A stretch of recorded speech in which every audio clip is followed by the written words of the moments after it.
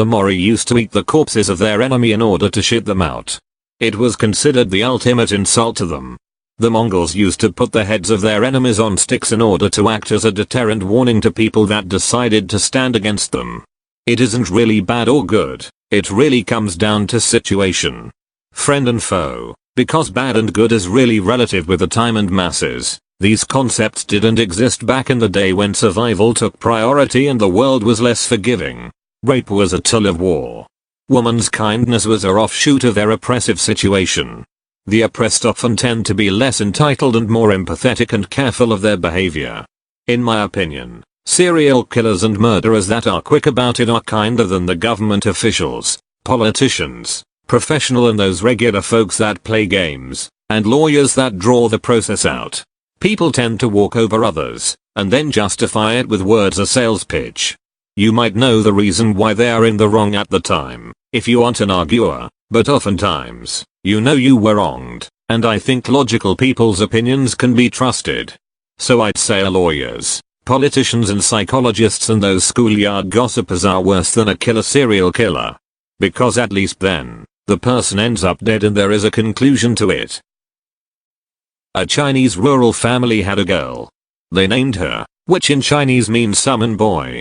And there have been fewer and fewer needles in the house since she was born. This is not just one incident.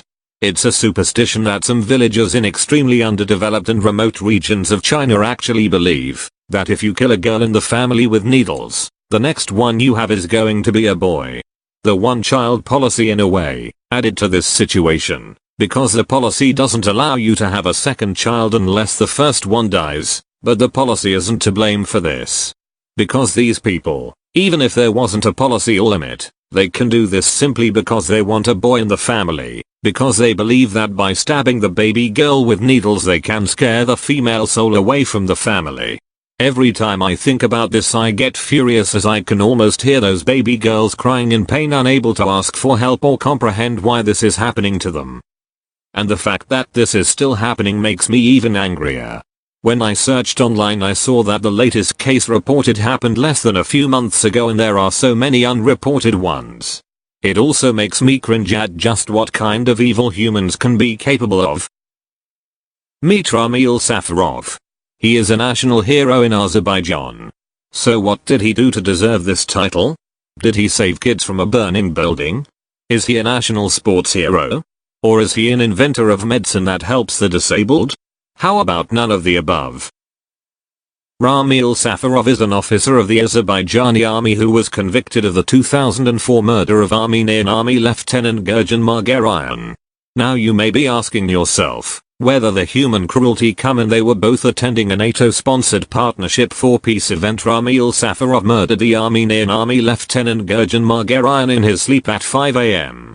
After the killing, Ramil went in search of the other Armenians in the building. Upon his interrogation, Ramil said, "I regret that I hadn't killed any Armenian before this. The reason why I committed the murder was that they passed by and smiled in our face.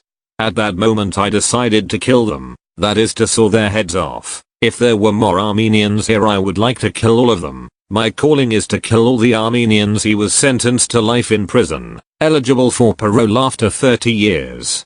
Justice served right, wrong. After 8 years in prison he was extradited back to Baku to serve the remaining years of his sentence. Upon his arrival he was greeted like a hero, pardoned, promoted in rank, and given back pay for his years in prison, and given an apartment. So to summarize, this animal murdered an Armenian in his sleep at a NATO peace conference.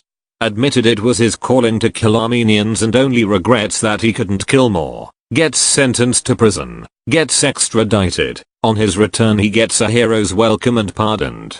May you rest in peace, Gurjan. You will not be forgotten. Image source: a random image found on google.com. While a lady was waiting at traffic signal for green light she was approached by a beggar woman holding a child in her lap.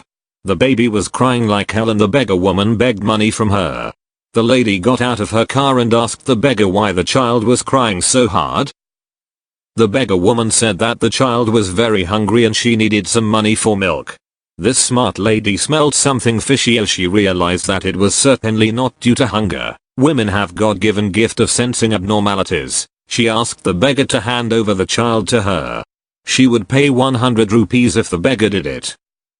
The beggar agreed. As soon as the lady got the child in her lap, she removed his cloths and found 3 forceps applied on the child's stomach and 2 on his thighs, while the poor child was bleeding. The beggar woman would move her hand on his thighs to increase pain so that the baby cries louder, but others would see it as an act of affection.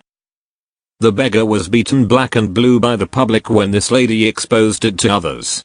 Later, the police found that the child was an abducted one. The poor child was able to get back to his parents from Hyderabad. His mom shed tears of gratitude and thanked this lady profusely for helping in getting her child back. The case happened in Austria in the 1980s. Elizabeth was the 4th of the 7th children of Rosemary and Joseph Fritz. When she was 11, Joseph Fritz began abusing her sexually. The Fritz have a basement in their home, in German city, built by Joseph Fritz. He started to build the basement in 1981. On the 29th of August, 1984, Joseph Fritz lured 18-year-old Elizabeth into the cellar. He held a leather-soaked towel and forced it into Elizabeth's face until she fell unconscious.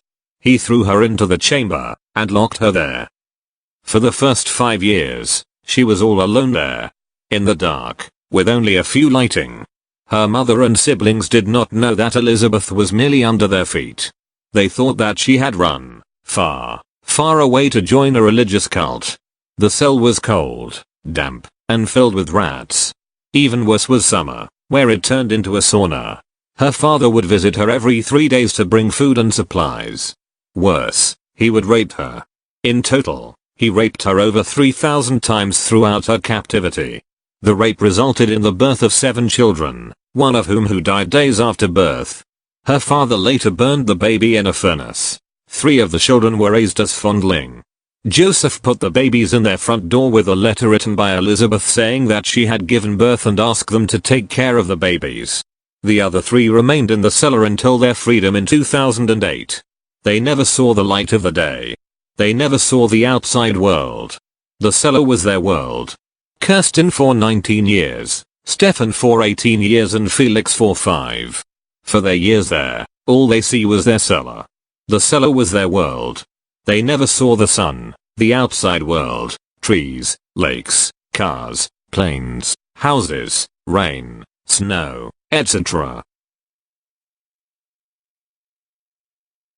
His wife never knew it. On April 2008, Kirsten fell and was taken to the hospital by Joseph. This set a chain of events that would later free Elizabeth and 3 of her cellar children. A few days later, Joseph released Elizabeth, Stefan and Felix and informed his wife that after 24 years of captivity in the cellar, Elizabeth had decided to return. Elizabeth and Joseph were later taken into police custody, and there she revealed her decades-long imprisonment, torture and rape by her father. On the 14th of March 2009, Joseph was sentenced to life imprisonment for enslavement, rape, incest, and false imprisonment of his daughter. He was also charged with the murder of the baby which he threw into the furnace. Disclaimer: a lot of you may or may not know about which incident I am talking about, but it contains some really creepy stuff. Read at your own risk. Let's start. One of the most brutal murders I have come across in the news would be the Ishal beheadings. Although the news channels do not show the full footage of the beheading of people, you can predict the whole incident with a petty glimpse. The Islamic State of Iraq and the Levant became the feared focus of the world in 2014 as they rose to power in the Middle East.